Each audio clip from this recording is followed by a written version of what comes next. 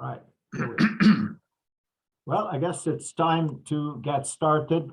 Good morning, ladies and gentlemen, and welcome to this new event on a very, very timely subject with our distinguished guest who's joining us, Ewald König from Berlin, to discuss Germany, Ukraine, and what's going on, the war. It's really complicated, but hopefully with his help, we will be a little bit clearer at the end of this. My name is Paolo von Schirach, your host today, and I am the president of the Global Policy Institute here in Washington, D.C., and also privileged to serve as professor of political science and international relations at Bay Atlantic University. And we jointly, Bay Atlantic University and Global Policy Institute, are organizing these events and offering them to you, particularly to our students at Bay Atlantic University, but of course to all our friends and guests who join us from Washington and everywhere else. So without further ado, I would like to get started here. It's a very complex topics. We're talking about the war in Ukraine. Obviously, it's in the headlines. It's been in the headlines since February, when Russia, in a basically with an unprovoked action, crossed international boundaries and entered Ukrainian territory with goals that are still not particularly clear to any of us, but certainly this has been going on for months. Most recently, as you may have seen in the news, Mr. Putin announced and then held referenda called, at least officially, in some of the areas occupied by Russian troops, indicating that these are essentially inhabited by Russians who all want to be reunited with Russia. And so there was a vote. And so these are now, according to Mr. Putin, part of Russia. Of course, the international community doesn't recognize any of that. This is a sham, and the war continues. And most notably, for those of you who are maybe not following these evolution on the ground closely, Ukraine has had a string of remarkable successes on the ground, pushing the Russians back and regaining part of the territory that had been occupied by the Russians. That said, Russia still occupies a huge amount of Ukrainian territory. The war is not over. And I do not believe, but again, our friend here will tell us his own reading of all this from a perspective in Germany, which is a bit much closer to the ground, to the events, that is to Ukraine. So how is this going to go? But most importantly, and here we come to the reason why we have him as a knowledgeable observer of the German scene, how can I say, the internal front of the Western coalition helping Ukraine holding on. There are huge problems, as we all know, that Europe in particular, but America as well, are confronting. And that is, number one, I would say, the energy crunch. Europe and Germany in particular used to be major buyers of Russian hydrocarbons, most notably natural gas. Now with all this crisis, there's an effort to get out of that, to wean oneself off these huge dependence, but that causes an enormous amount of other problems, including constraints in supply and tremendous rise in costs, because you have to find it somewhere else, and the somewhere else is not abundant, and so prices go up, and so here we go. So Ewald, thank you very, very much for being with us, and you've been with us a few times already in the past. We're really grateful to you to be our friend of the Global Policy Institute and Bay Atlantic University.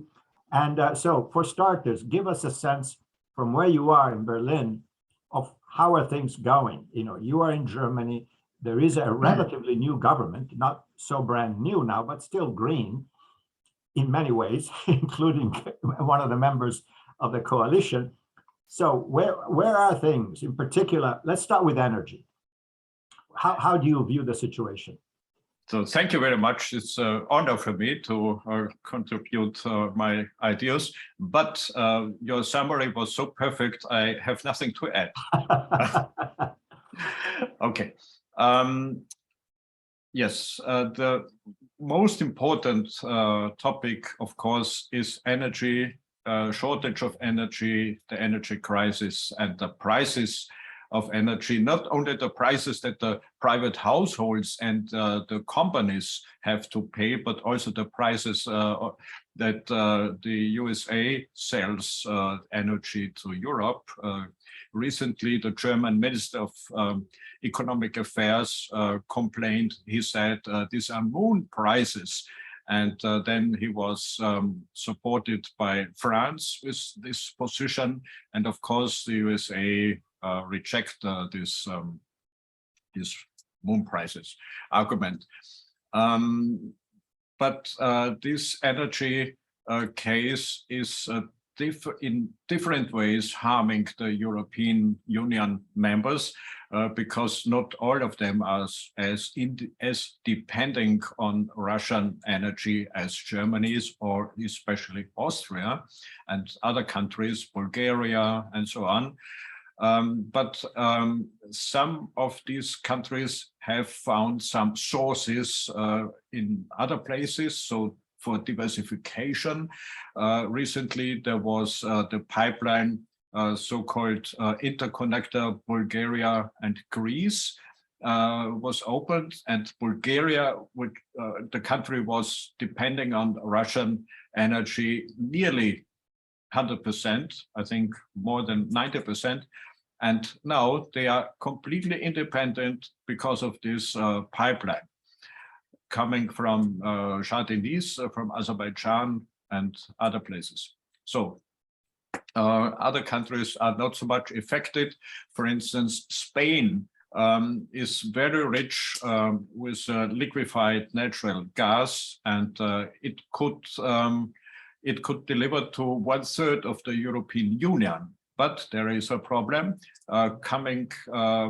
How does this LNG come, for instance, to Germany and to Middle Europe? Because France is not amused about this deal, about these negotiations between Spain and Germany, because France wants to sell its own energy, and is afraid that it is less important in the future for serving energy. So this is one of some examples of differences and problems within the European Union. And if there are such different opinions between Germany and France, this is very heavy gravity. Huh? Let me ask you a different question, but obviously still related. Obviously, Europe has been in the lead, at least in terms of policy announcements and aspirational goals, to really move as fast as possible, within reason, to a new world of green energy, of renewable energy, whereby all these conversations about gas and coal and oil become are irrelevant, because if indeed we can achieve the goal of supplying the needs of the people, households, as well as industry and government and what have you, with green energy, well, who cares about gas? Who cares about anything else? However, as we know, the progress on achieving these goals is modest. I mean, there's been progress, but it's modest. The cost of renewable energy is very high. The reliability is not so good. And therefore, the prospects of becoming green anytime soon, it's not realistic. How is that debate unfolding, particularly where you are in Germany, where you have, after all, the Green Party as a member of the government coalition at this time? This is a very basic and very basic debate in Germany for weeks and also in the moment, because you must imagine we have 3 coalition partners in Germany. So the smallest party are the Liberal the liberals, but the others are social democrats and the Green Party. And these two left-wing parties always had in their ideology renewable energy and yes, pacifism and so on. And starting with this war in Ukraine, they had to to change their minds completely with energy questions, with delivering weapons, unbelievable. And some of the Green politicians have become really experts in weapons. The Green foreign minister, Annalena Baerbock, is very hard in delivering weapons to the Ukraine and to support Ukraine militarily, whereas the social democratic chancellor is more reluctant. So the Green Party, especially the Green Party, is more interested in delivering weapons. So unbelievable. This government started 1 year ago. And at the beginning, there was no idea of such a big turn of errors. And therefore, it is a big debate because we see that the renewable energy is too small. It takes too long time, will be very expensive.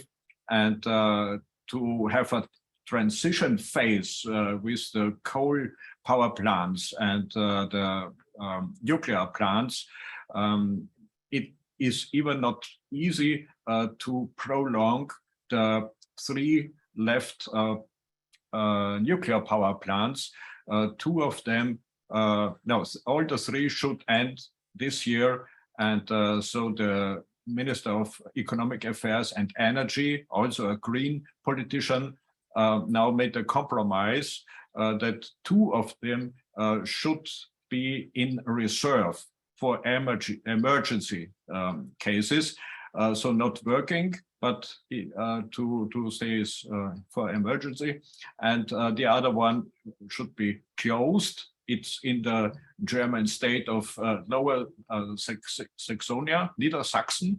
And it was very transparent, the motive, because there was an election in this German state last Sunday or 2 weeks ago. Therefore, it was very transparent why he decided like this. And they did not succeed so much in finding other sources of energy. For instance, this minister was in Qatar. He wanted to have energy for a transition phase, maybe until end of next year. But Qatar wanted to bind Germany for 20 years. Therefore, there was no deal. And the German chancellor even went to Saudi Arabia, which was a pariah, of course. It was unbelievable that the German head of government comes to the Saudi crown prince, but energy, the lack of energy makes it possible.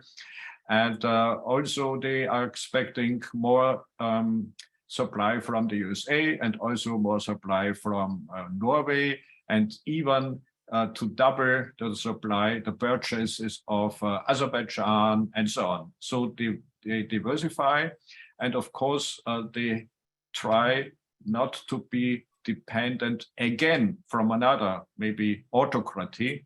So after having to being dependent too much on Russia, they have to take care not to be depending from any other autocracy again. Well, thank you for this picture, but let me ask you this, and I don't know how easy it is to really look in the proverbial crystal ball. This is right now, Germany, as well as the rest of Europe, is in a crisis mode, right? How are we going to cope? How do we replenish our reserves? How are we going to make sure that people in the coming winter will have heating in their homes and electricity and all that? That's kind of an emergency situation. But two questions really. One is, how is German public opinion reacting to all this? I'm sure everybody knows, or should know, that this is all about the war in Ukraine. are there people who say, you know what, God bless these Ukrainians. Can't they just end this war, give a piece of territory to the Russians so they'll shut up and end this war, and we can go back to a normal life without this sky-high prices of energy and inflation and everything?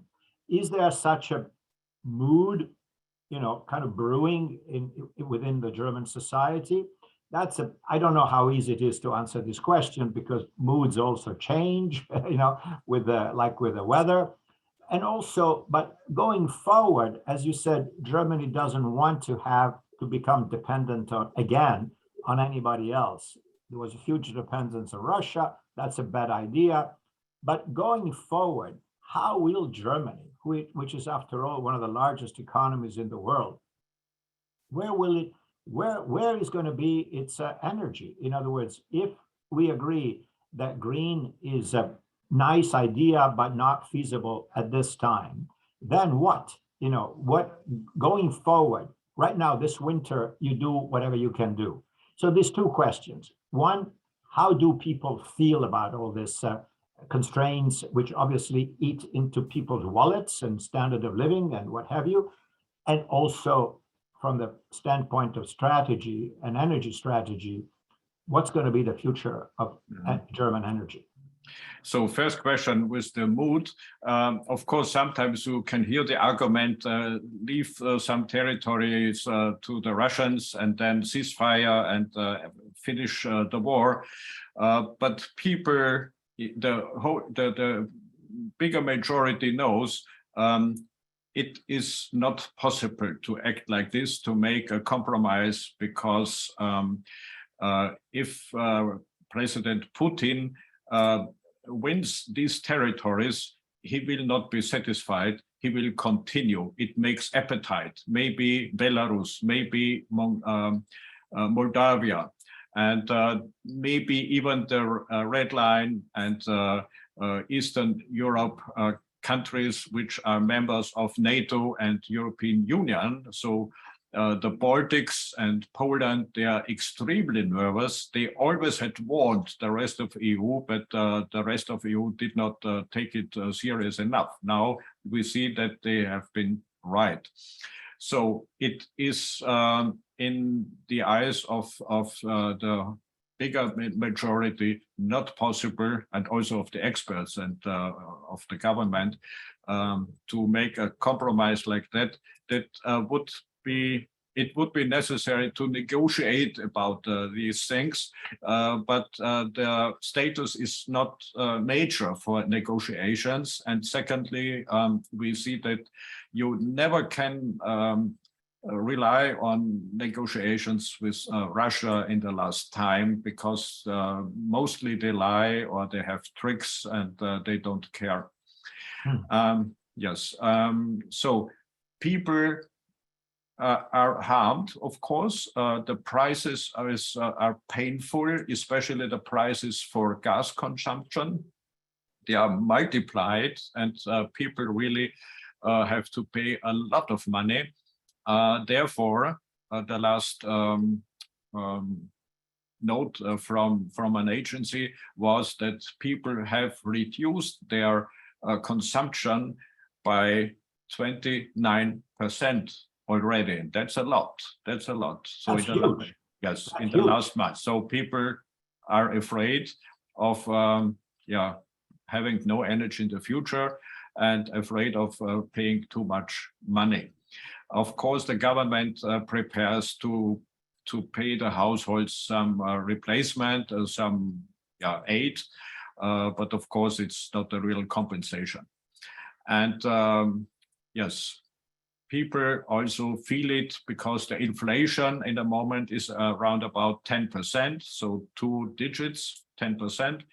And when you go to the supermarket, you see that everything is more expensive than it was a couple of months ago.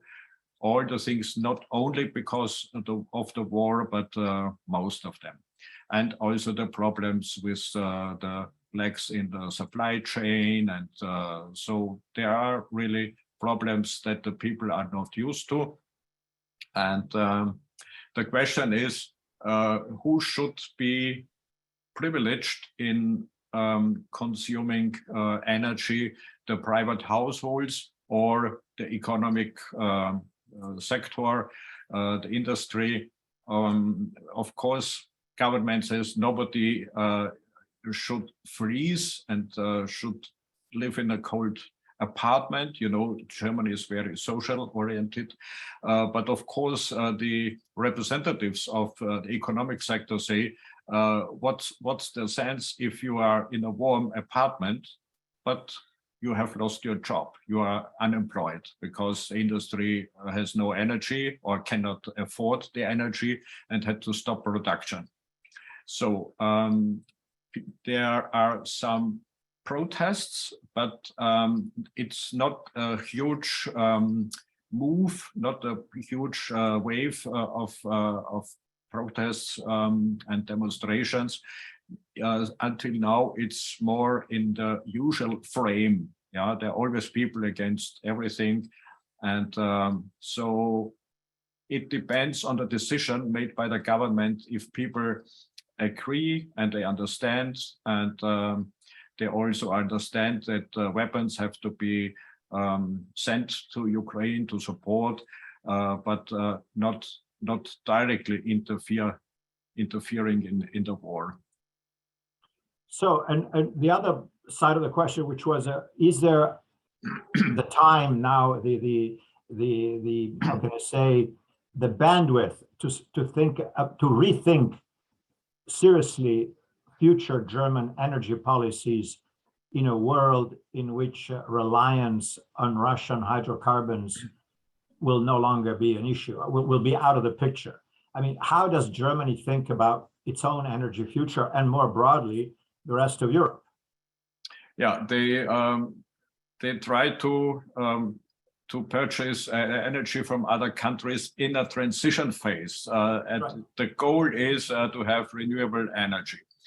And of course, if you have this windmühlen, so windmills, the wind is not always blowing, and also the same with the solar panels. So you cannot rely only on renewable energy, and this is although the Green Party says it is the future, we can rely on the renewables. So the energy situation in Germany is, we can say, back to the beginning. Yeah, it costs a lot of money to invest in this renewable energy power. And second is that many people do not want anything like a wind plant or other things in the neighborhood. They are against it. They are protesting. They are punishing the parties in their local community who are in favor of constructing these things. People don't want it in their neighborhood, and therefore even for this argument to explain people and to vote about it, it takes a lot of time. In Germany, many things takes too long time. Also this one. So it is an open question. The target is the renewables, but how? Also by reducing the consumption, of course, by saving energy. This is one important point. What about, again, obviously, we all know that even if we try to move, and here in America, certainly there is momentum behind it, in one sector, which is not, obviously it's only a piece of the puzzle, but a significant one, which is, cars. So everybody says, oh, we go electric. We're going to do electric cars, no problem.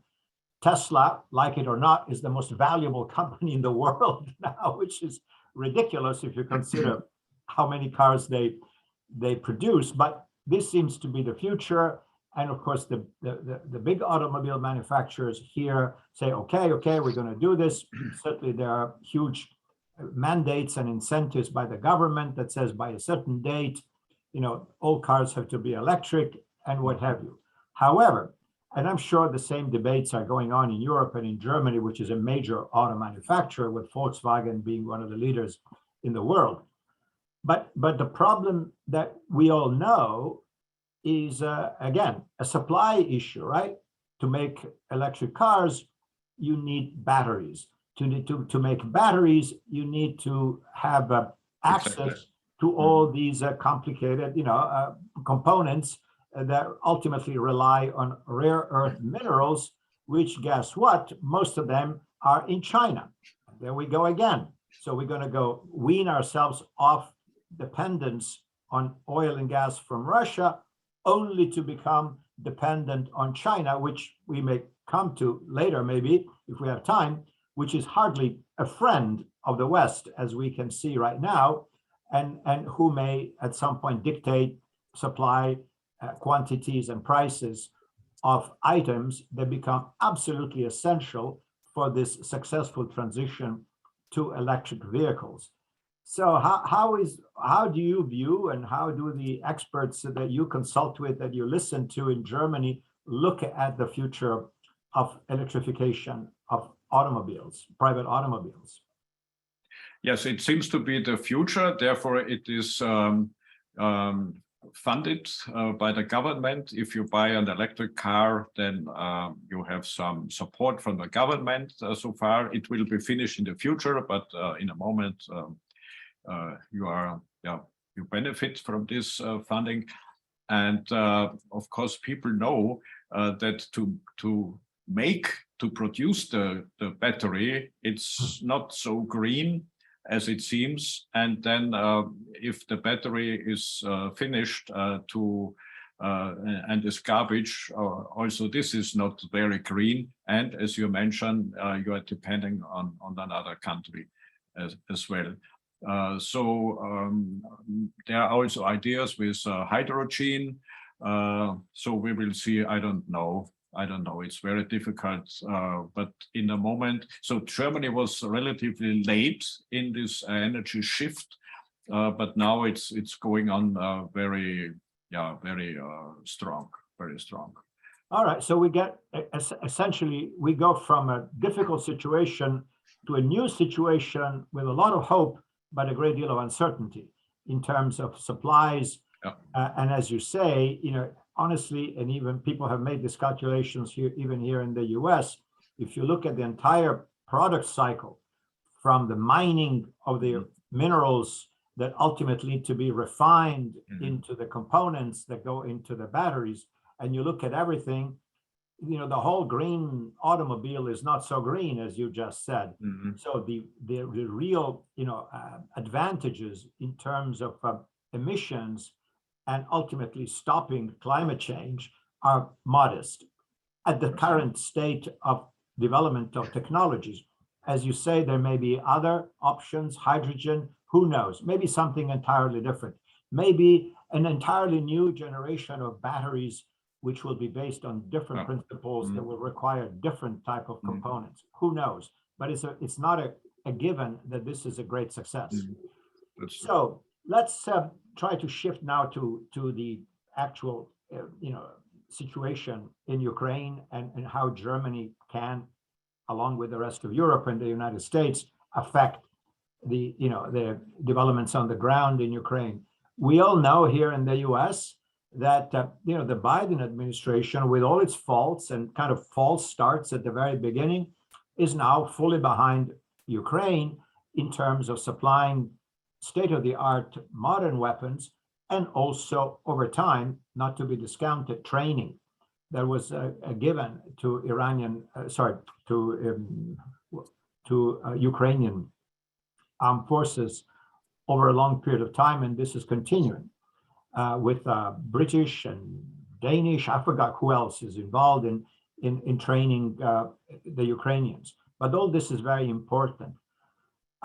However, we also know that believe it or not, that the defense industrial base here in the US is just not big enough.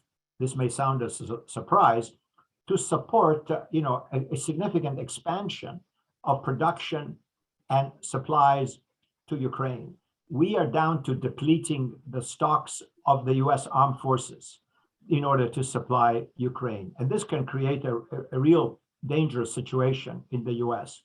So this is a long introduction to ask you, what came of the major promises made by Germany, among others, to supply modern, sophisticated, state-of-the-art weapons to Ukraine?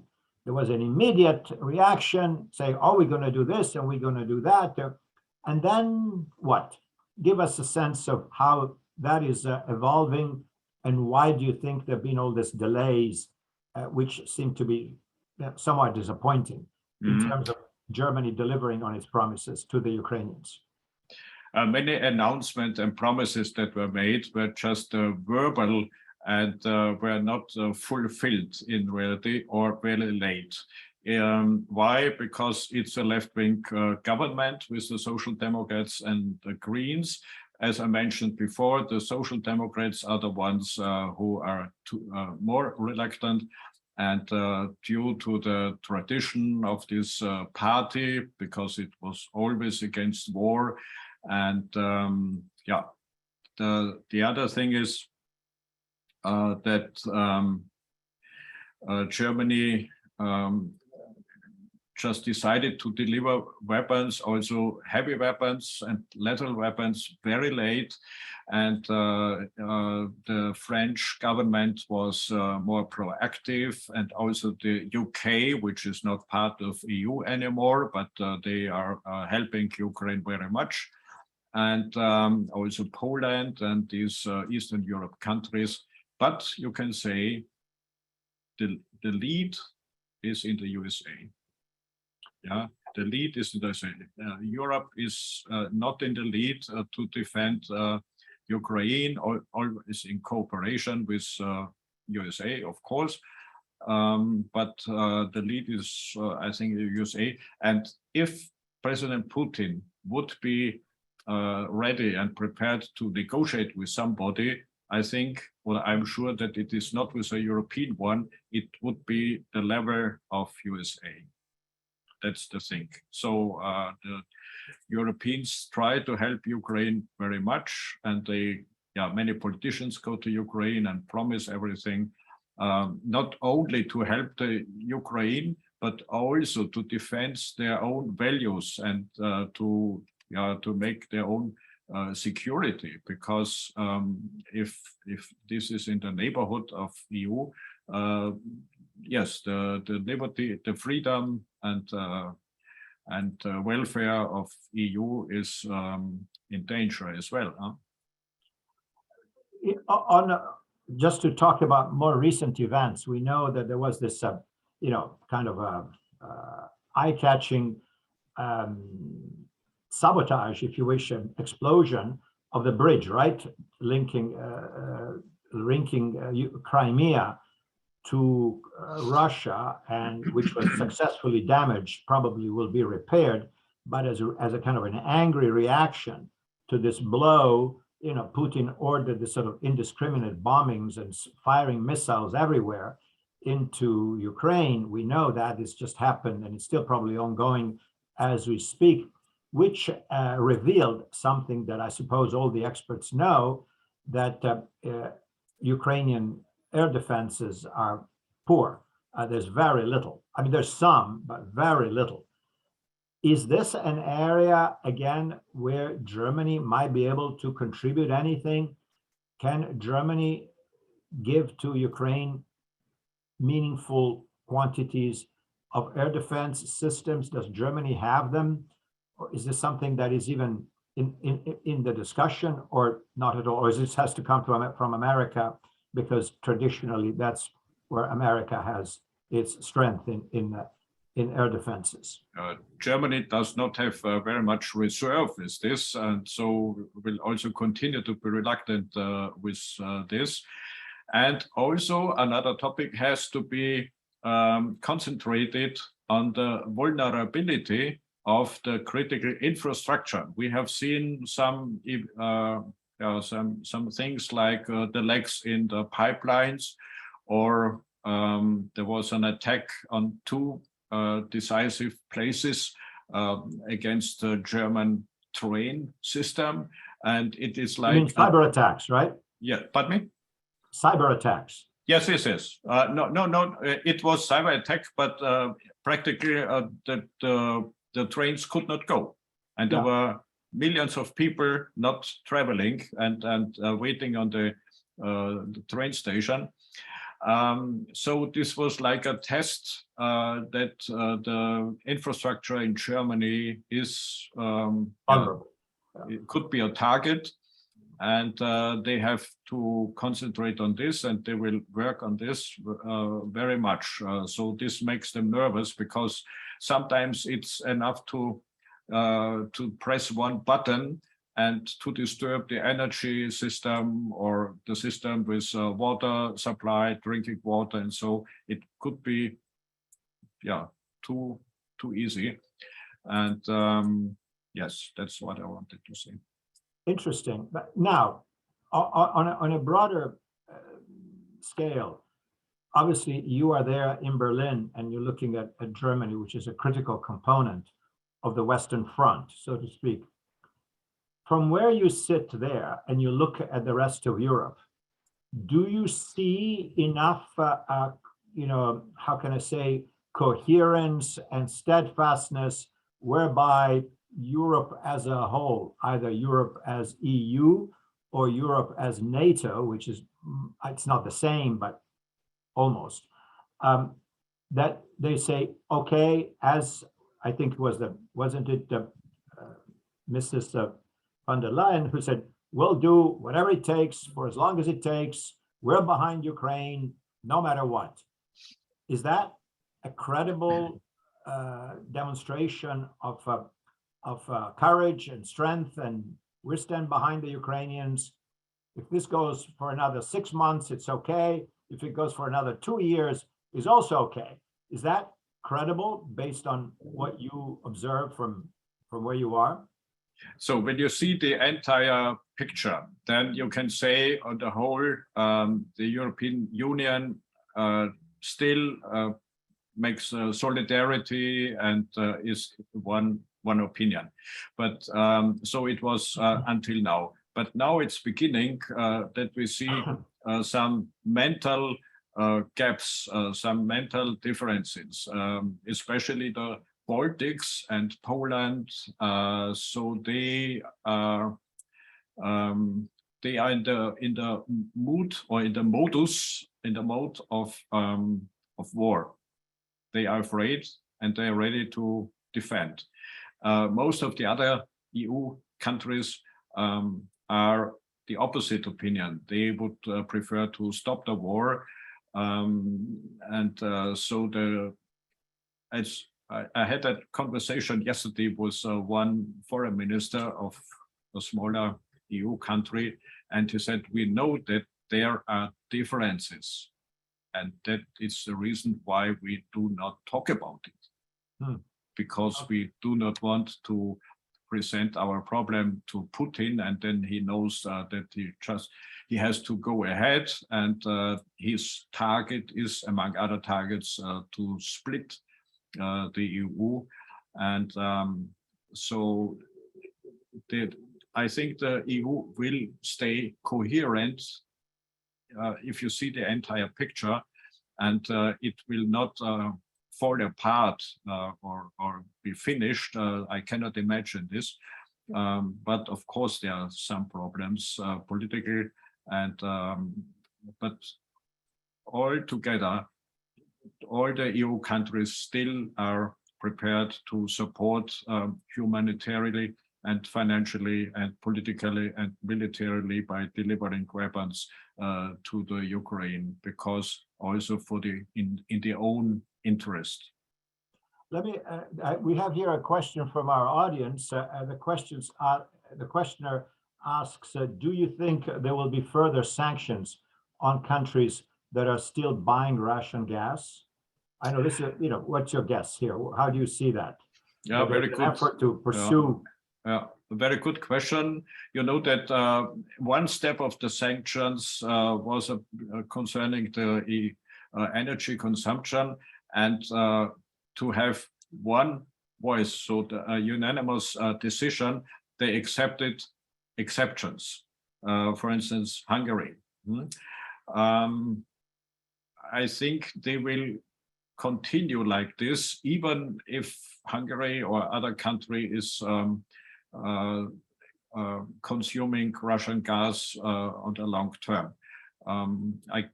I think there are no sanctions within the European Union. You must know that the sanctions against Russia have very heavy repercussions to the senders of the sanctions, so to the Western countries. And so it would be too complicated, I think, if you start with sanctions or second sanctions, third-party sanctions. And another remark that I have heard about the sanctions by a scientist, which I find is very interesting. The USA are more successful with sanctions because they do not implement the sanctions so much, but they have a good system in threatening sanctions. And this is working more and without being painful for their own people. But the Europeans prefer to implement sanctions, and therefore they are they have an impact also on the sender countries. It's an interesting argument that I've heard. Maybe the Europeans can learn something from the USA in this point. On the subject of sanctions, let's focus now on Russia itself, the bad guys.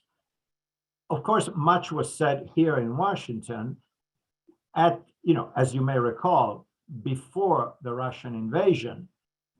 The sanction was supposed to be a tremendous deterrent. What the White House telegraphed to Moscow was, don't do this, because if you do this, we're going to hit you so hard that your economy will be crippled. And of course, the Russians went ahead and did it anyway, which means sanctions as a deterrent didn't work.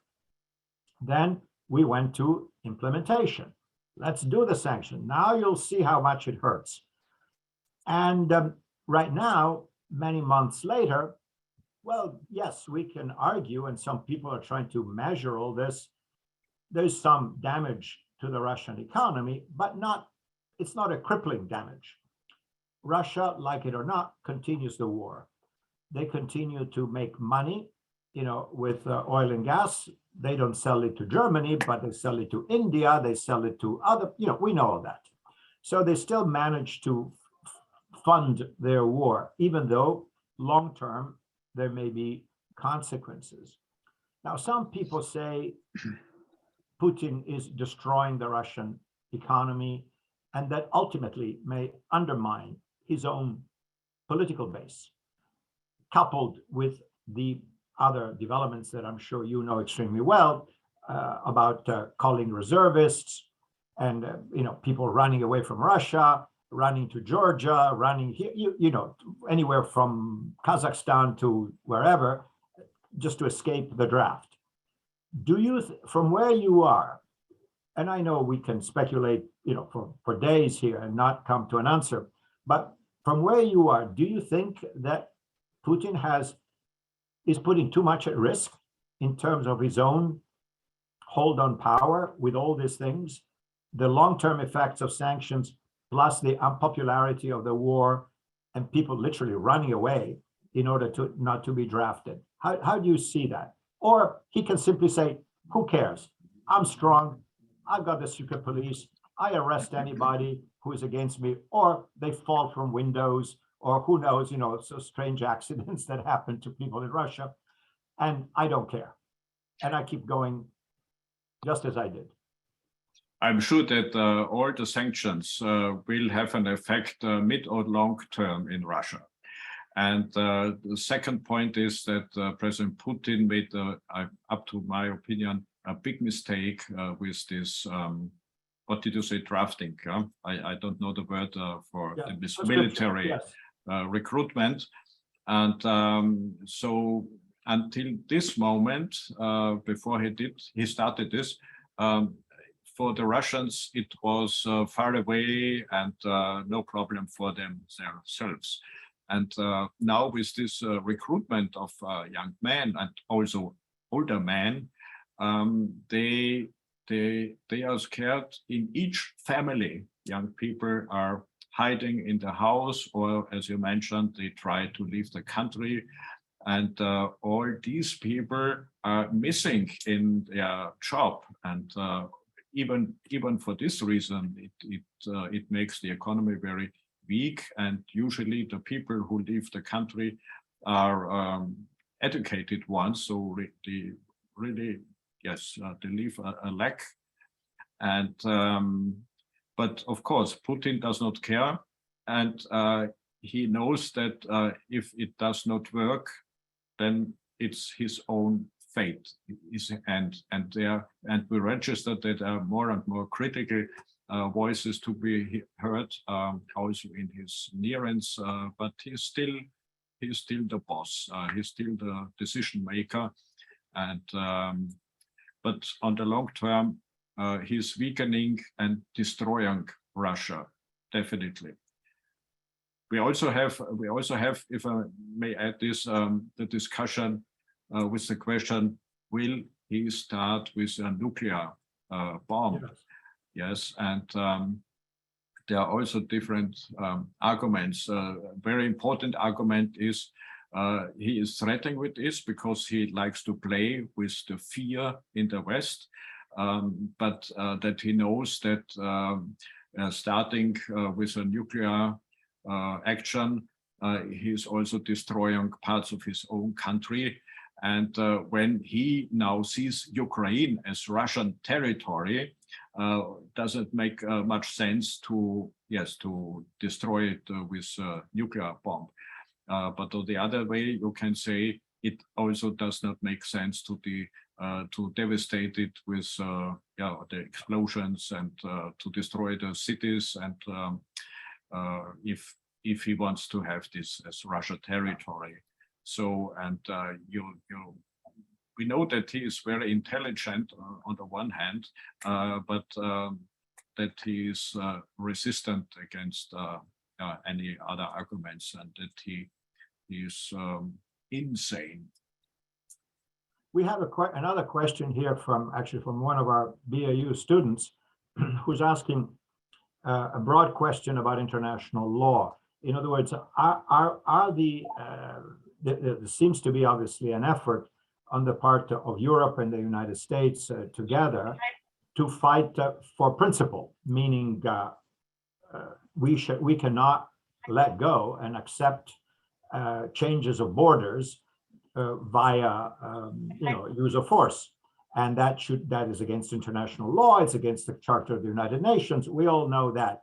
Do you think that this is that this is a big part of it? In other words, that we're trying to uphold principle and value and as we say here in the U.S., a rules-based international order, and that this is going to be a signal, if you wish, to other autocrats, authoritarian countries that want to go the same way of Putin. And of course, everybody here is thinking about China and Taiwan, just to give an example, but there may be other examples.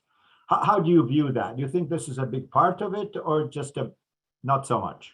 My answer is for 100%, it's also a principled decision because of the international law. Yeah, so that it is not accepted to violate international law and to violate the borders.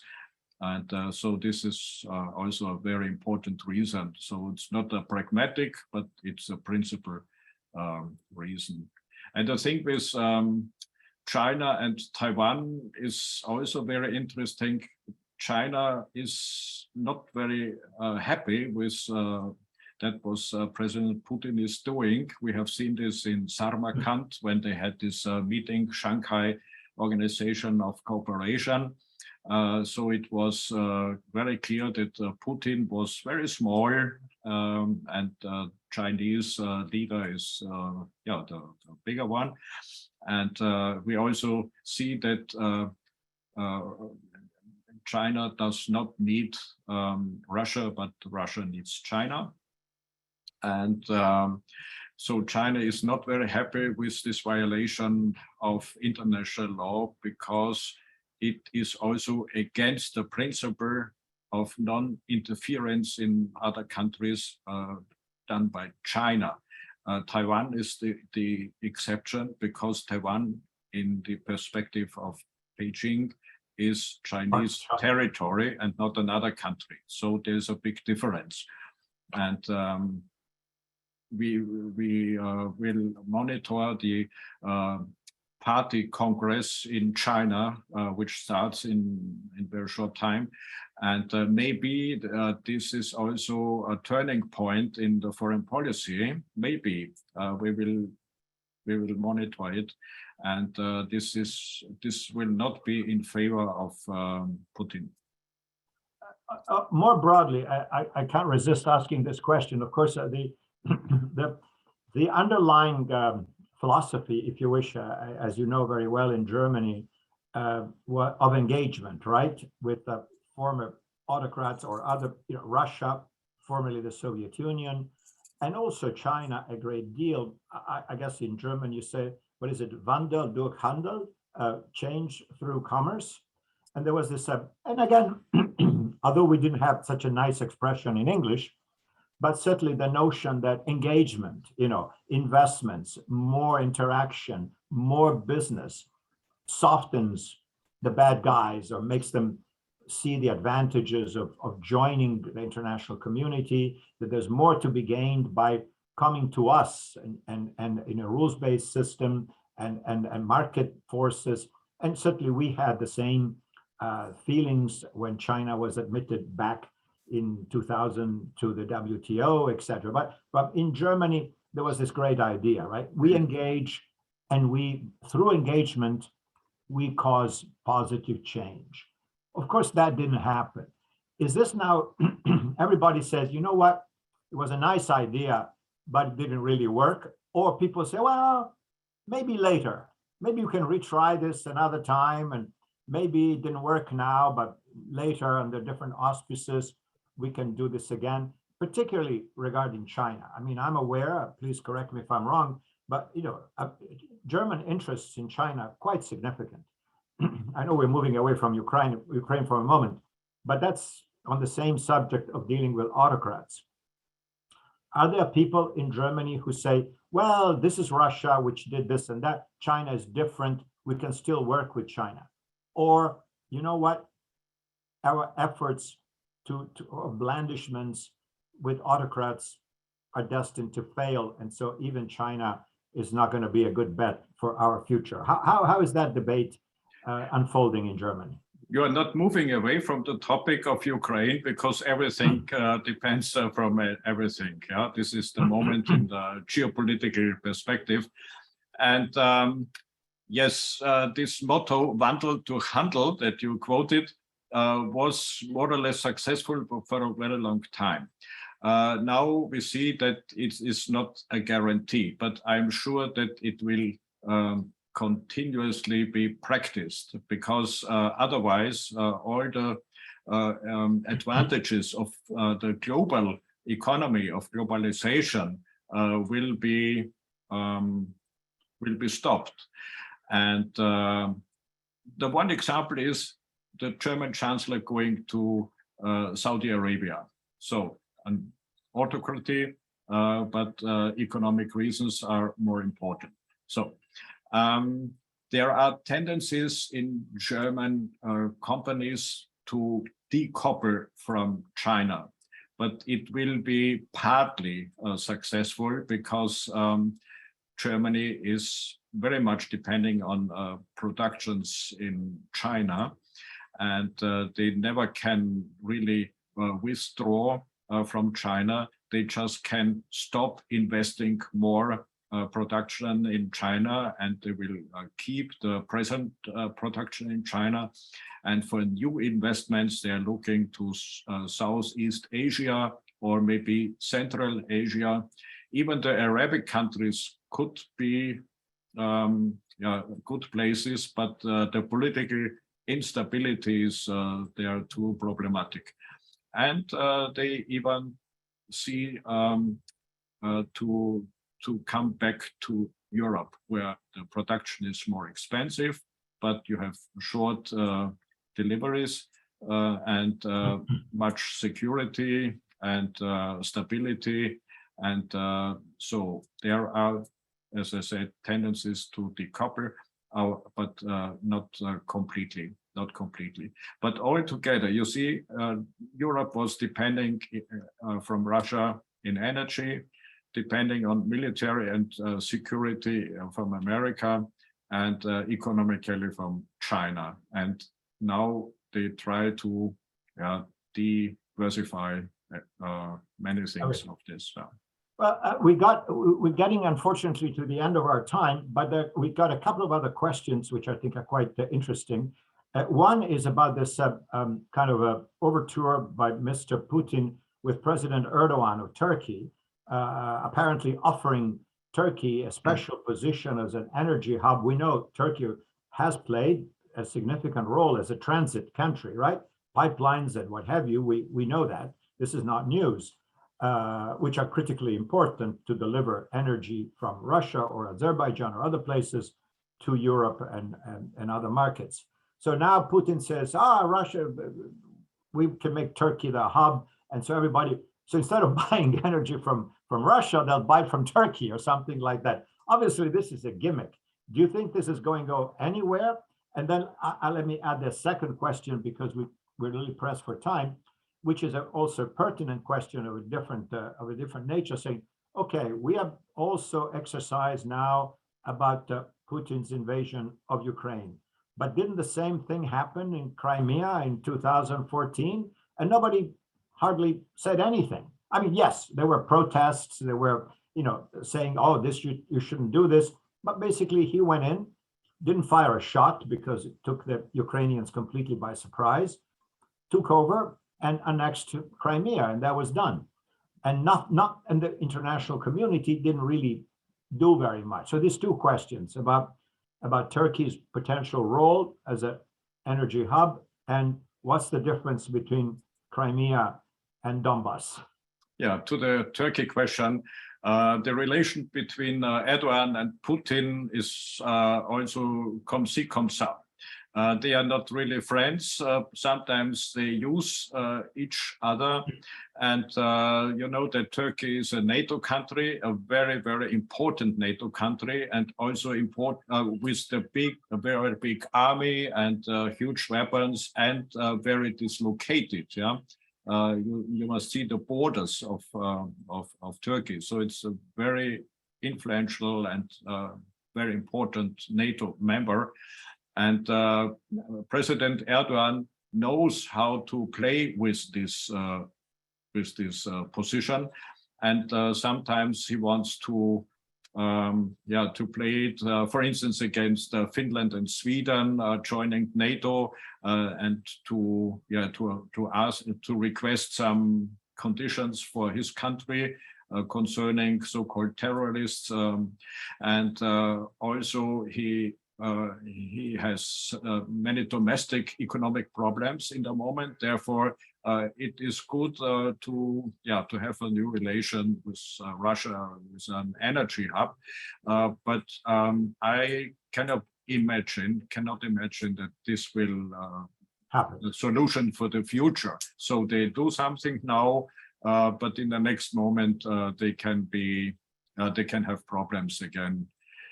Yeah, and the other thing is that you asked me with Crimea. I think a lot of politicians admit today that it was a mistake to accept it more or less, and to say, yes, it was originally a present by a former president to Ukraine, but originally it's part of Soviet Union or Russia, and that it was declared as a frozen conflict, but more or less accepted. Even after the annexation of Crimea, they had many contracts and negotiations and deals with Russia, And so maybe this motivated Putin, because he said there is no resistance from the European, no really have sanctions, and maybe it should have the Europeans should have reacted more stronger than, but maybe they were afraid of energy supply. Okay. Well, listen, thank you so much, Ewald. I think we now come, unfortunately, to the end of the time allocated to us. We really appreciate you shedding a lot of light on a lot of nuances that we don't get fully, covered in the U.S. Media and commentary. So, one thing we can say that the situation is still rather confused. But on our hairs, a level on the spiral, we know it. That's right. We would maybe we're a little more enlightened now, but it's not like we have a clear sense of where things are headed, but we understand better the nuances and the complexities. Of course, it is in our interest here on this side of the Atlantic to wish the German government well, because it's our ally and a key country, obviously, of the European Union and of NATO. And if even with all its difficulties, Germany can make some progress in fulfilling its obligations to the NATO alliance in terms of increasing the defense budget and all that, and hopefully, do what it says it's going to do in supporting militarily and otherwise Ukraine, it will be to the advantage of all. It is sad that we are here at the end of 2022 and we are contemplating war and devastation in Europe, as if all the wars that we've had didn't teach us anything. It's very sad, but that's the reality of it. And hopefully, if we are all together and united as America and Europe to begin with, not just us, but to begin with, that may be a new, a stronger understanding of how fragile international order is, and that we need to do something to preserve it. That would be the best hopeful thing I can say. But on that note, Ewald, thank you so much for giving us your time and your knowledge, and we really hope to see you soon again. It was a pleasure. Thank you very much for inviting me and for the great questions. All the best for all the participants. Thank you, and thank to all the participants and to our BAU students and to my colleagues Denise and Brendan for organizing this event. I think at this point we are adjourned. Thank you. Thank you.